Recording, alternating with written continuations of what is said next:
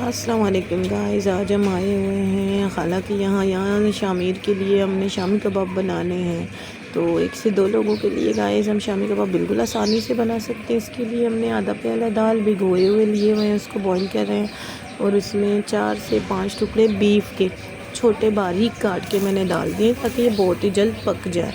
और उसी के साथ साथ मैंने 2 दाना जो है ना यहाँ पे 2 प्याज काट के रख दिए थे जो मैंने इसमें ऐड कर लिए हैं। और इसी के साथ साथ अब मैं इसमें डालूँगी गाइस 3 से 4 साबुत लाल मिर्चें और इसमें मैं डालूँगी गरम मसाला। और गरम मसाला हस्बे ज़ायक़ा मैंने इसमें आप देख रहे हैं मिक्स थोड़ा सा लिया हुआ है। और 1 लेमन जिसको मैंने काट दिया था बीच में से, 1 अदद लेमन और 1 पैकेट शामी कबाब मसाला। इसमें आप गाइस ऐड कर सकते हैं कोई भी मसाला मिक्स जो आप पसंद करते हैं। मैं शान करती हूँ तो मैं इसमें वो ऐड कर रही हूँ। अब हमने 1 चम्मच इसमें अदरक डाल दिया है गाइस और 1 चम्मच लहसुन, ताकि हमारा गोश्त बहुत जल्द गल जाए। और हम वेट करेंगे इसको गलने तक के लिए।